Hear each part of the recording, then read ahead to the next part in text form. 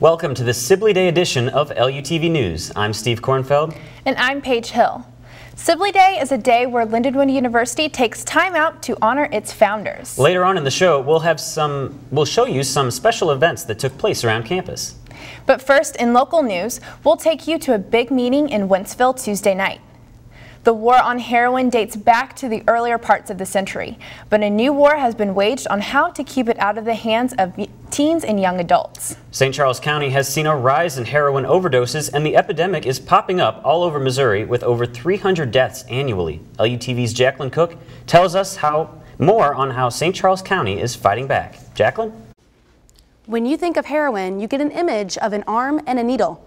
Now, that's not the case. Heroin is taking new forms, and it can be smoked, sniffed, or snorted. Authorities say the new product has surfaced in St. Charles County, and it's getting into the hands of teenagers and young adults. Community leaders and law enforcement agencies held a public awareness campaign at the Wentzville Holt High School Tuesday evening. They want to give residents a helping hand on how to prevent more tragedy.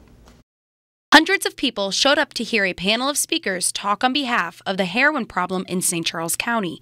Duncan is Director of Community Services for the National Council on Alcoholism and Drug Abuse. He says this meeting was needed here because of the excessive outbreak of deaths from heroin. He tells us parents are the focus group for prevention.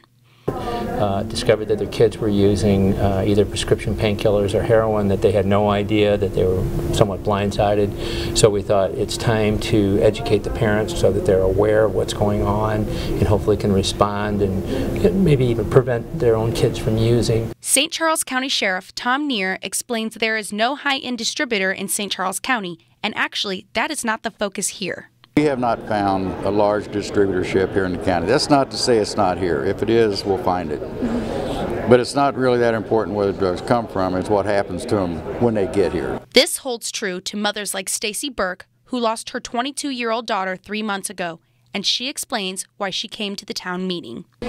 And I'm here for just support and hoping that it'll get out more, prevention more. We'll get out to our youth to know the dangers of this drug and that how addictive it truly is. One success story is heroin addict turned sober Mike Morrison. He is now the CEO of Bridgeway Behavioral Health in St. Louis, and he says treatment works.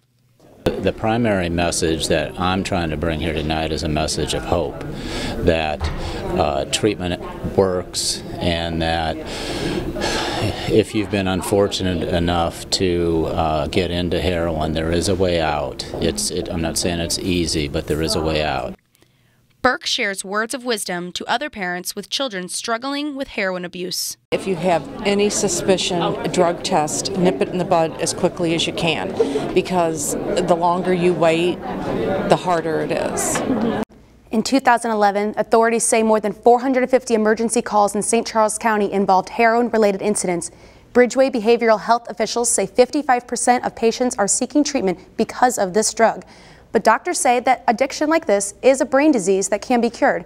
If you know someone that is struggling from addiction, please visit notevenonce.com using hyphens or call 314-962-3456.